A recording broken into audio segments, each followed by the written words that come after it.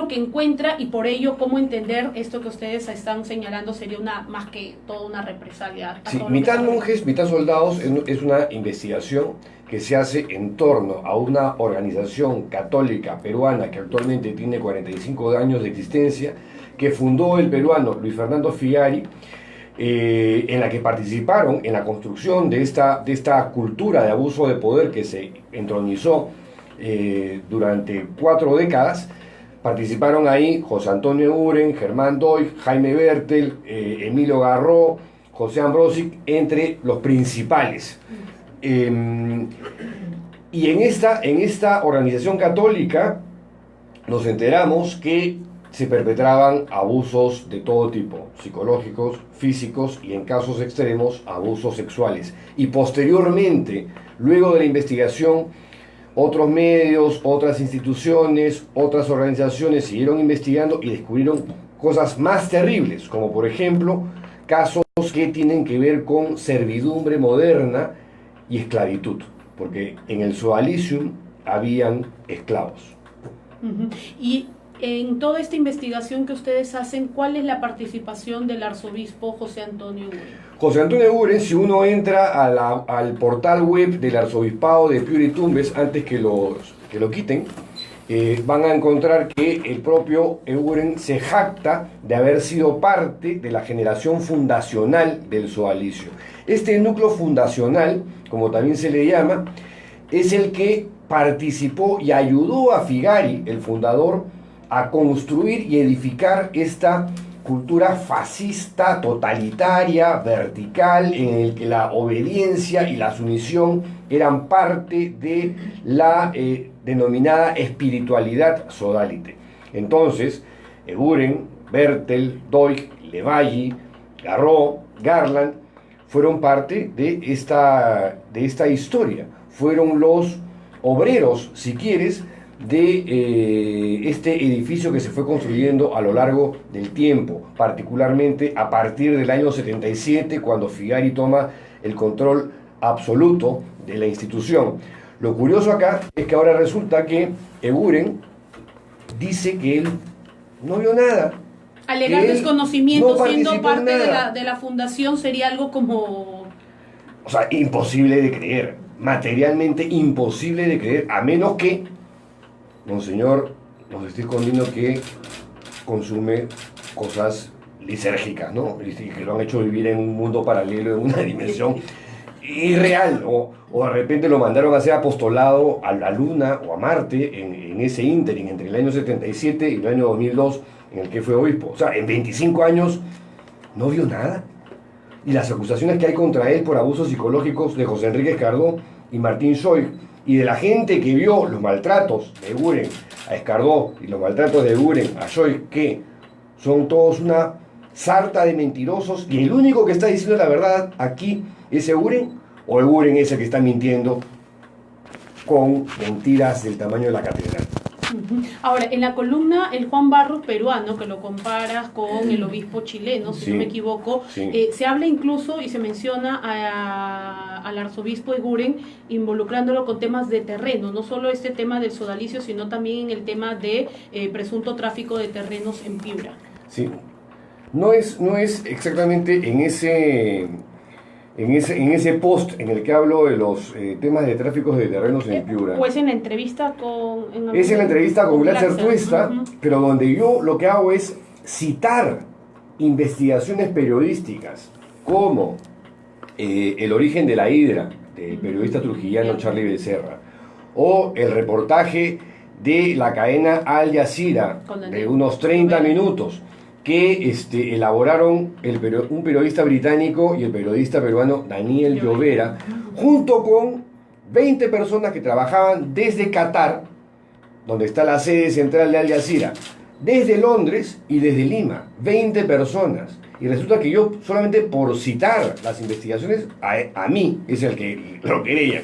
Y no solamente yo, después a Paola Ugaz, que ella efectivamente participa como productora periodística de ese reportaje, pero ni siquiera aparecen los créditos. De las 20 personas, la cogen a ella, a la coautora de Mitad Monjes, Mitad Soldados, sobre el tema, y tal como lo pone el propio Eguren y su abogado, es como que nosotros lo acusamos de traficante de terrenos. Eso para ti tiene una lectura.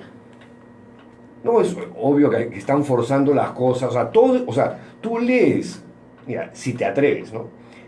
Si tienes la paciencia, la santa paciencia, de leer ese mamarracho enrevesadísimo, cantinflesco por donde lo mires, por los cuatro costados. Nos referimos a la denuncia. A la querella por difamación agravada que pretende meterme 3 años a la cárcel y que le pague 200.000 soles al pobre monseñor Eguren, ¿no? Que no tiene un real, pobrecito, franciscano es él, no es Ovalite, por daños y perjuicios, por ofender su honor y qué sé yo, porque parece que además es hipersensible, no le puedes decir nada, por ahí se queja del que le he dicho gordo, ¿no? Cuando, la verdad que no recuerdo, te lo puedo haber dicho, pero no lo recuerdo. Y además ese es su apodo dentro del sodalicio, ¿no? Pero en fin, es alguien que se ofende con todo, se sensibiliza con todo. Entonces yo digo, oiga, este señor Eguren se equivocó de vocación, ¿no? Porque si vas a tener una vocación pública expuesta a críticas y cuestionamientos y encima aprovechas tu púlpito para hacer propaganda de con mis hijos no te metas, en contra del aborto y cosas por el estilo, y no te gusta la crítica, entonces dedícate a otra cosa, ¿no? Claro. Pedro Salinas, permítanos hablar también con el doctor Carlos Rivera, que es su abogado, él es del Instituto de Defensa Legal. Se está denunciando por difamación agravada y para ustedes desde un primer momento cuando se supo de la denuncia era algo pues que no correspondía. ¿Por qué, doctor? Porque en realidad lo que se está criminalizando o judicializando es la opinión y el resultado de una investigación periodística. Lamentablemente en los últimos tiempos ese es un dato común en el Perú.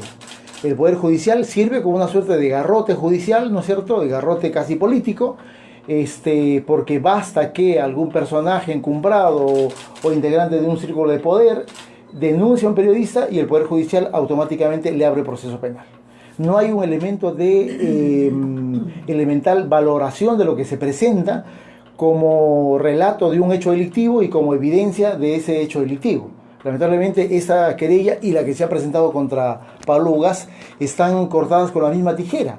Y lo que se está haciendo es reprimir judicialmente a 2 periodistas que han hecho la principal investigación y la publicación más importante respecto de las circunstancias del desarrollo y los acontecimientos tan escabrosos vinculados al sodalicio de vida cristiana. No, ese es el dato que tenemos. No debería proceder. En absoluto, en absoluto. ¿Ustedes en algún momento pidieron que esta denuncia pueda ser tratada en un juzgado de Lima? En nuestra contestación, sí, en nuestra contestación le hemos pedido al juez que decline la competencia porque en realidad todos los elementos de prueba que presenta el propio querellante Eguren son producidos en Lima.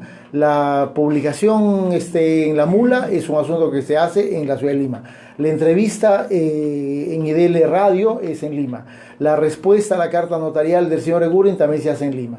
Más allá de que uno pueda eventualmente descolgar esos documentos, hablando en términos del manejo del Internet en cualquier parte de Perú o del mundo, pero la producción de esa prueba, de la que es calificada de esa manera por la defensa de Eguren, ha sido en Lima, y esa es la razón por la cual le pedimos al juzgado que debiera declinar la competencia para que un juzgado penal de Lima, ya que esto lo hemos hecho luego que el juzgado ya había tomado la decisión de abrir el proceso penal. Y un dato que nos daban, doctor, es que al parecer hoy día no se aceptaría la defensa oral y escrita porque no se ha presentado fotocopia del DNI. Mira, ese es otro asunto que en realidad ya lo hemos cuestionado y se ha generado una apelación que hasta ahora no se resuelve y que desde nuestro punto de vista debería originar solamente hoy la suspensión de la audiencia, que se refiere a lo siguiente. Pedro Salinas recibe todos estos documentos en su domicilio. Por lo tanto, significa que estaba absolutamente identificado. No se puede ver, pero es un mamotreto. Estaba absolutamente identificado, ¿no? Y el juzgado le da 5 días para que conteste la querella y presente sus pruebas. Y efectivamente, Pedro va a la oficina, elaboramos la contestación y en el plazo de ley contestamos la querella y presentamos testigos y documentos que acreditan que aquí no existe ningún delito, sino que es las circunstancias de una investigación periodística que no solamente Pedro ha hecho, han hecho otros medios de comunicación, señalando además que los dichos que Eguren señala como difamatorios en realidad son dichos que están sustentados en otras publicaciones, en otras investigaciones periodísticas y que además no tienen ningún ánimo de difamar. Luego que llega al juzgado esta contestación con nuestros documentos, el juzgado decide solicitarle copia de su DNI. En realidad no sabemos para qué, porque en realidad es absolutamente inconducente e inútil. Es como si el fiscal denuncia a alguien por cualquier delito y de repente el juez decide pedirle una copia de su DNI. No tiene ningún sentido. Nosotros enviamos el documento, el juzgado señala de que hay una presentación extemporánea del documento, pero más allá de eso, en realidad, como consecuencia de esa declaración, el juzgado decide declarar la inadmisibilidad de la contestación de la querella y de las pruebas documentales y testimoniales o testificales que nosotros hemos presentado. Con lo cual, ¿qué significa, doctor? Significa que nos estamos yendo, como dice Pedro Salinas, a un paredón, ¿no es cierto? Nosotros apelamos esa resolución del juzgado, considerándola de que, primero, no está establecido en la ley penal procesal de que el querellado presente su DNI. En realidad, la obligación legal en estos procesos de querella o en cualquier denuncia es que el denunciante identifique a quien denuncia. ¿No es cierto? Esa es la lógica y la regla del funcionamiento del sistema penal. ¿Eso sería una irregularidad? Mira, no solamente una irregularidad, sino nosotros pensamos que es un hecho abiertamente inconstitucional. Porque además la consecuencia que se genera de eso es dejar sin defensa a Pedro Salinas. Pero el dato que tenemos es el siguiente. Nosotros apelamos en el plazo de ley, ¿no es cierto?, el 17 de octubre de este año, en un momento en el que ya el juzgado había señalado la fecha de audiencia del día de hoy. Pero entre ayer y hoy día hemos constatado lo siguiente: el juzgado, tan diligente para exigir los documentos que a nadie le importan, el juzgado se ha demorado 3 semanas en elevar la apelación a la sala de apelaciones. ¿Por qué es importante ese dato? Porque nosotros estamos reclamando en vía de apelación de que un tribunal de apelaciones le restituya el derecho a la defensa a Pedro Salinas. Y por lo tanto, que se realice el día de hoy una audiencia en la que Pedro Salinas no va a poder contar con las pruebas que él ha presentado, sí nos parece que es absolutamente desproporcionado, porque no se ha realizado, hemos constatado que a la sala de apelaciones el expediente de apelación físicamente recién ingresado el día de ayer. Y nosotros esperábamos que si apelamos el día 17, hasta el 14 de noviembre, por lo menos se hubiese realizado una audiencia de apelación y una restitución de los derechos de Pedro Salinas. ¿Y hoy día hay algún recurso legal que puedan ustedes? Mira, el día de hoy vamos a dar cuenta de estas irregularidades y de otras que el abogado José Sánchez nos ha comunicado también, como es, por ejemplo, la siguiente, que el día 9, el viernes, el abogado José Sánchez, que es un abogado de acá, destacado de Piura, se ha personado, por lo tanto ya teníamos una nueva defensa en términos de representación en la ciudad de Piura, porque el IDL no tiene oficina en Piura. Y recién el día 12, o sea, antes de ayer, el juzgado ha notificado la apelación, pero ha notificado al anterior abogado. Ese es un hecho, mejor dicho, es un nuevo hecho irregular. Es decir, ya nos comenzamos a convencer de que no es posible que se estén cometiendo tantas irregularidades en el curso de un proceso que debería ser más o menos sencillo, ¿no es cierto? Pero nos convencemos en el sentido de que todas esas irregularidades apuntan a dejar en un estado de indefensión a Pedro Salinas y llevarlo a una audiencia en la que donde probablemente se ha declarado tiene pendiente una apelación, no hay una audiencia, no hay una decisión del Tribunal de Apelaciones, pero ya nos estamos yendo a una audiencia en la que el tribunal ha decidido invalidar la prueba y los descargos que Pedro Salinas ha presentado. Es como estar en un barco pirata, ¿no es cierto? Y te ponen a caminar en la plancha con los tiburones abajo y empujándote con una espada, clavándote para que te tires encima de los tiburones, ¿no?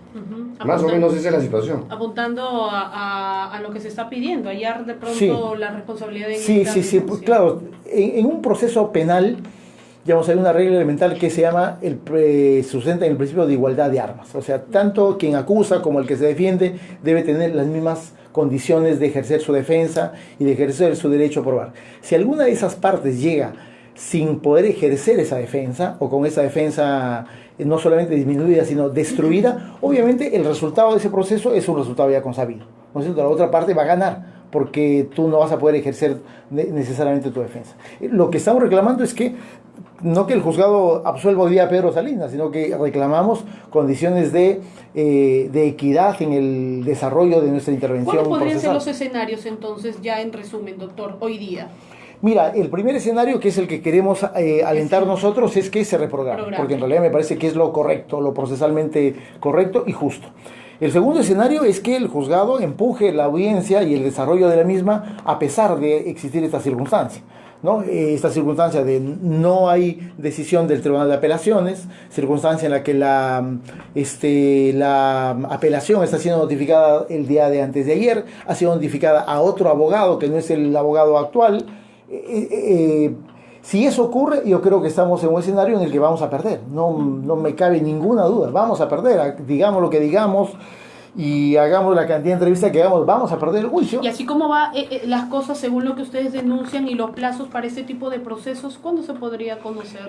Mira, en realidad se supone que estos son procesos de carácter sumario, deberían resolverse en pocas semanas, pero ya estamos con el proceso con un lapso de tiempo de cerca de 3 meses, desde el momento que se tomó la decisión de abrir el proceso judicial.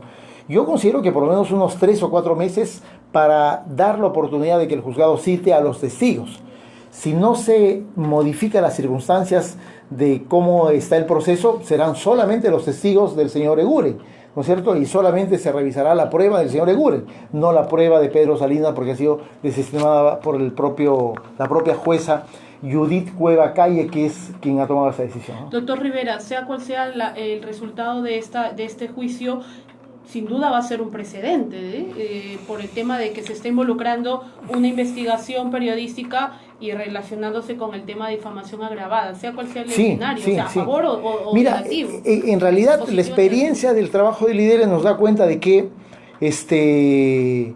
el objetivo central de quien querella un periodista a veces no necesariamente es una sentencia, porque los jueces terminan valorando adecuadamente el rol del ejercicio de la libertad de expresión, que es un derecho constitucional, pero sí el dato concreto de tener sometido durante meses y a veces durante años al periodista a un proceso judicial de carácter penal.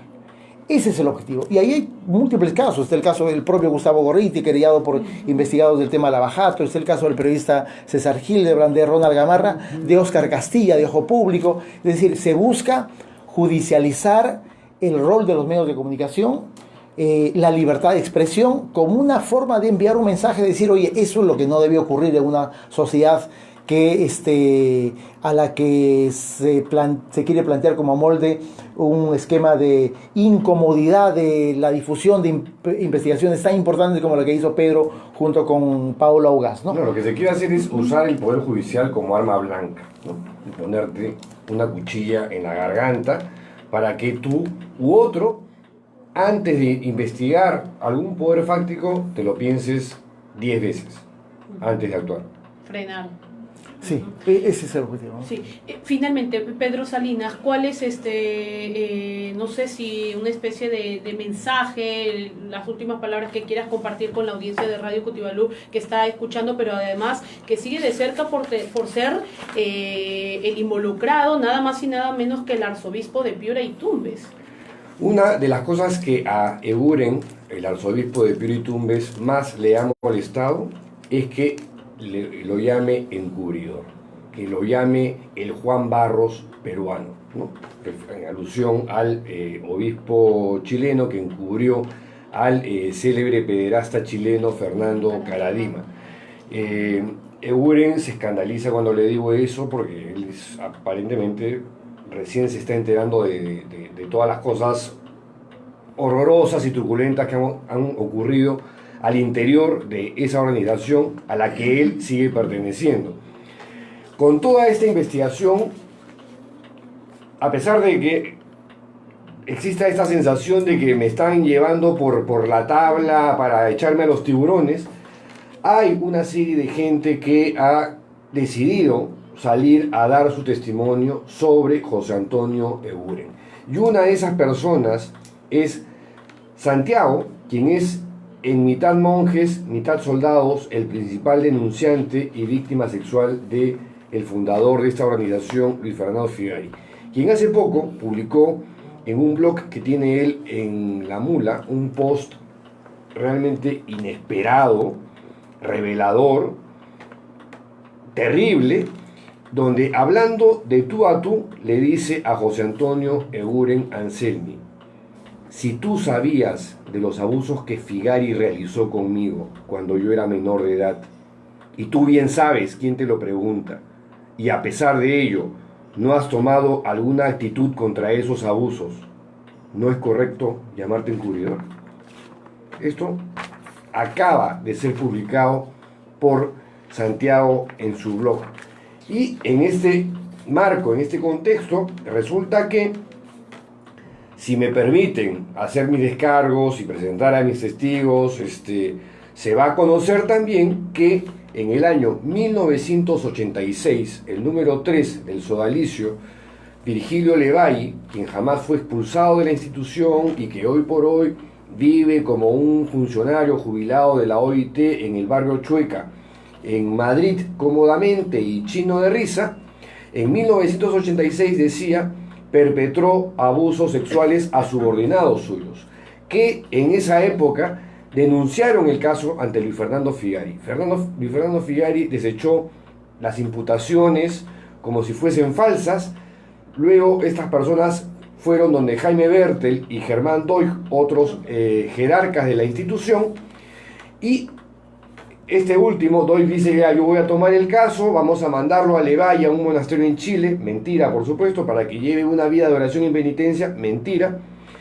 Y entre tanto, Figari le comunica a la cúpula, a su círculo de hierro, a su generación fundacional, a Bertel, a Doig, Eguren, Garró, Garland, Ambrosic, lo que realmente había pasado. Y lo que dicen: esto no se va a conocer. Aquí, silencio. Nadie va a decir nada. Lo que vamos a decir al resto es que Levalli pecó gravemente contra la obediencia.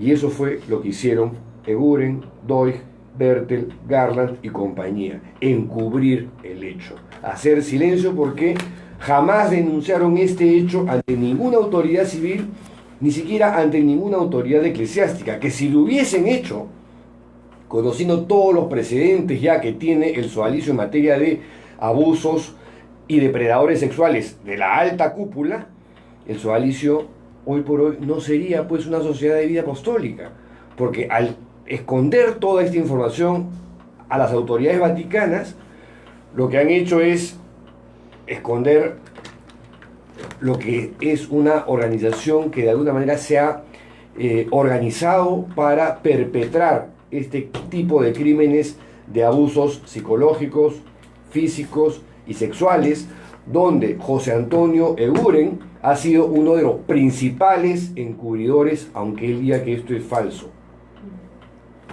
Pedro Salinas, muchas gracias. El tiempo es corto en radio, vamos a estar atentos a las 2:30 de la tarde, es la audiencia que se tiene programada el día de hoy. Vamos a estar atentos, va a ser en la Corte Superior de Justicia, en la sede principal de la calle Lima, y también vamos a estar en comunicación para en una próxima oportunidad también seguir conversando sobre este y otros temas que involucran, decíamos ya, al arzobispo de Piura y Tumbes, Monseñor José Antonio Eguren. Doctor Carlos Rivera, muchas gracias. No sé si quiere hacer alguna reflexión. No, mira, muy brevemente. Primero, mi agradecimiento a la entrevista a Radio Cutibalú. Creo que estamos aliados en una defensa de los derechos fundamentales, en este caso de la libertad de expresión, tan importante para una sociedad democrática. Y el llamado a la justicia que tome pues el camino de la legalidad, ¿no es cierto? No de la actuación interesada ni de la actuación parcializada. En realidad no queremos que nos regalen nada. Venimos a defendernos porque venimos con la verdad, ¿no es cierto? Pero que esa defensa la queremos hacer en un marco de legalidad, no de circunstancias extrañas que sea como piedras en el camino para obtener el resultado que pareciera ser el que ha señalado el señor Eguren. Yo solamente para terminar, Cindy, te agradezco enormemente por el interés y la preocupación en nuestro caso, el de Pau y el mío, y gracias a Radio Cutibalú. Estoy feliz de poder compartir este caso que realmente es absolutamente surrealista, ¿no? Muchas gracias, Pedro Salinas. Muchas gracias, doctor Carlos Rivera. En breve volvemos con más adelante en estudios, Melissa.